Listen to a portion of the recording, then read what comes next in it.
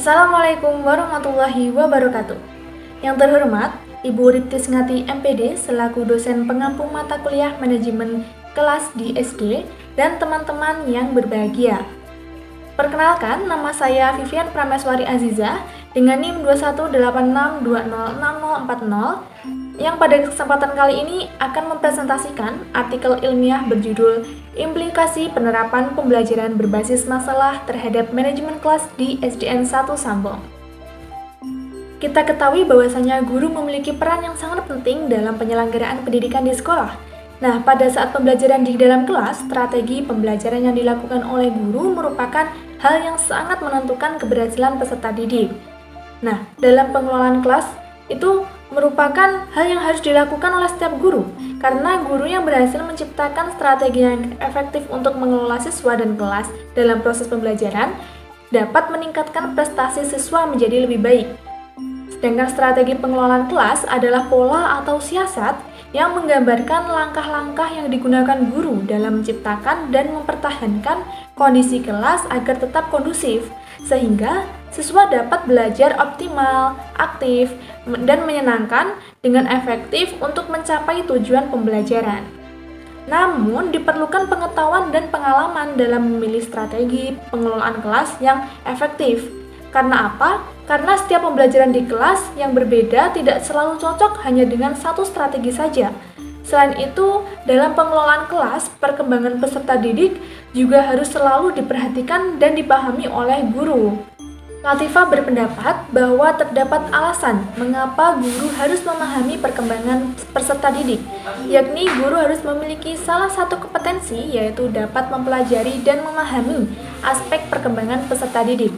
Nah, dengan adanya guru memahami aspek-aspek perkembangan dan faktor-faktor peserta didik, apabila nantinya terdapat kendala tentu dapat mengantisipasi terkait upaya untuk memfasilitasi perkembangan dan terkait upaya untuk mencegah berbagai kendala yang dapat menghambat perkembangan tersebut, baik melalui lingkungan keluarga, sekolah, maupun masyarakat.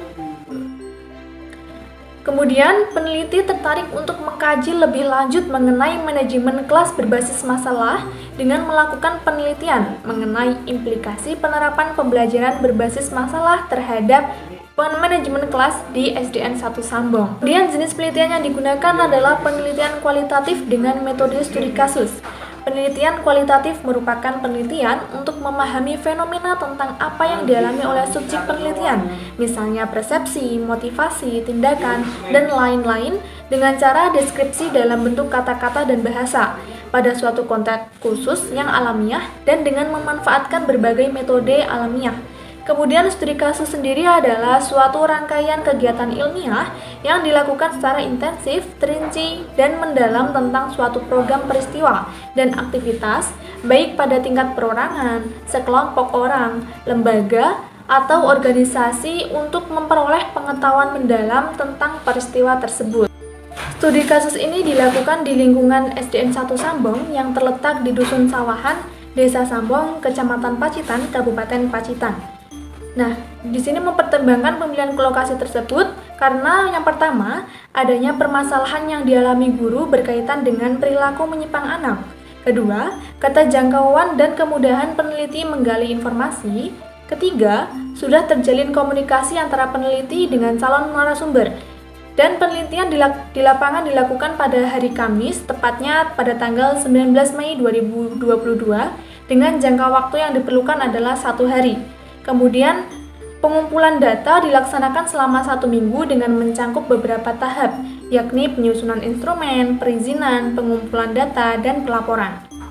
Kemudian pengumpulan data dari penelitian yang dilaksanakan di SDN 1 Sambong pada Kamis 19 Mei 2022 ini menggunakan 3 teknik pengumpulan data, yaitu yang pertama, observasi, kedua, wawancara, dan dokumentasi. Kemudian, peneliti menggunakan analisis deskriptif yang dilakukan secara interaktif. Model analisis data deskriptif, di mana aktivitas analisis menggunakan analisis data lapangan yang meliputi reduksi data, penyajian data, dan kesimpulan atau verifikasi.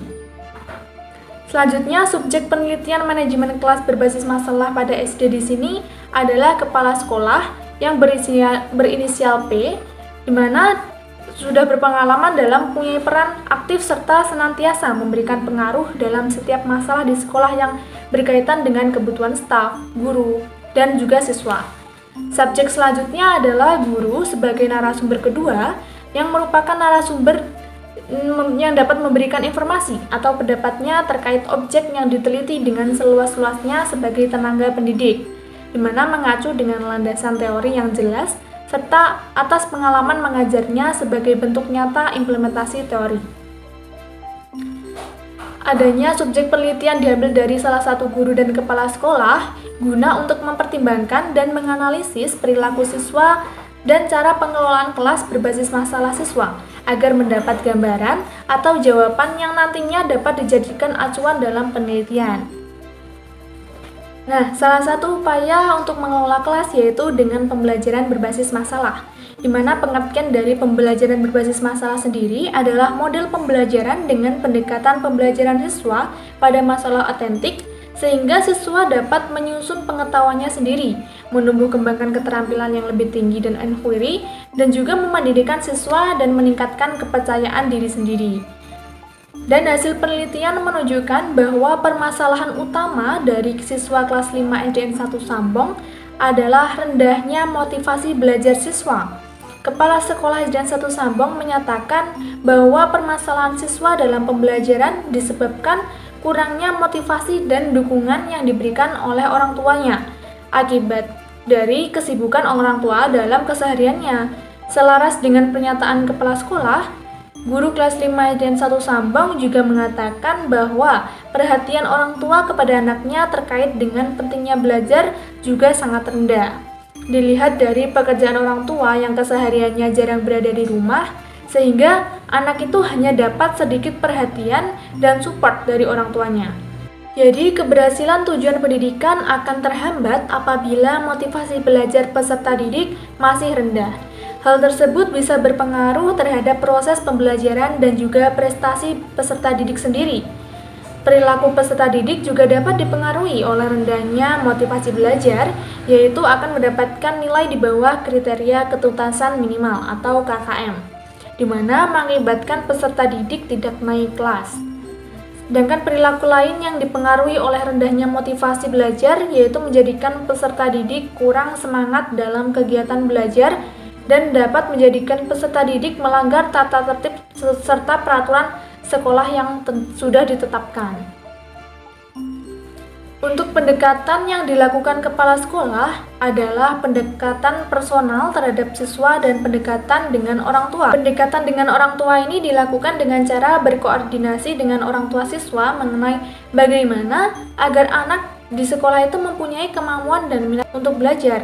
Sedangkan guru kelas 5 melakukan pendekatan dengan cara memberikan pembelajaran secara khusus atau tambahan jam bagi siswa yang kurang mampu mengikuti materi pembelajaran, di mana siswa itu agar mengalami perkembangan dan juga peningkatan hasil belajar.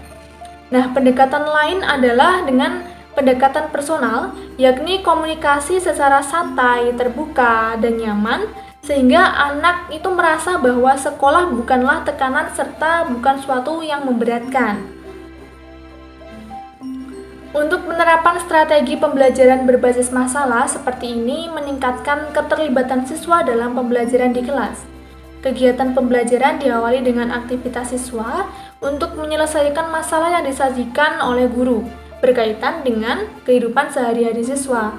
Kemudian, melakukan pengamatan atau analisis. Nah, keterlibatan siswa itu diukur dari cara siswa menghadapi pertanyaan guru saat berlangsung proses pembelajaran, dan juga cara siswa bekerja dalam kelompok dan keikutsertaannya dalam mengerjakan tugas yang telah diberikan oleh guru. Keterlibatan siswa ini dalam pembelajaran juga dapat dilihat dari aspek perhatian, tindakan nyata dalam bentuk partisipasi kegiatan belajar mengerjakan tugas-tugas yang diberikan guru.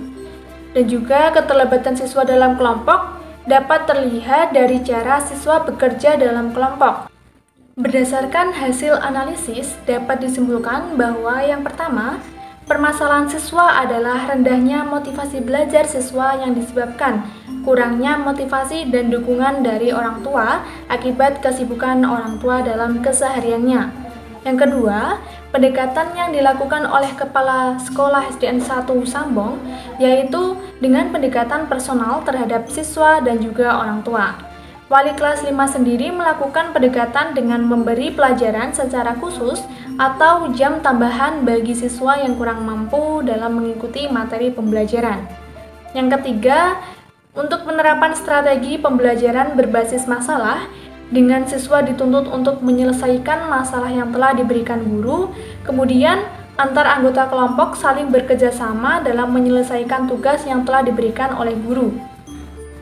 Dan yang terakhir yaitu terciptanya kelas yang kondusif dan efektif sehingga siswa aktif dalam menanggapi pertanyaan dari guru saat pembelajaran dan cara siswa bekerja dalam kelompok. Sekian presentasi artikel ilmiah dari saya. Apabila terdapat beberapa kata yang kurang berkenan di hati, saya memohon maaf yang setulus-tulusnya. Wassalamualaikum warahmatullahi wabarakatuh.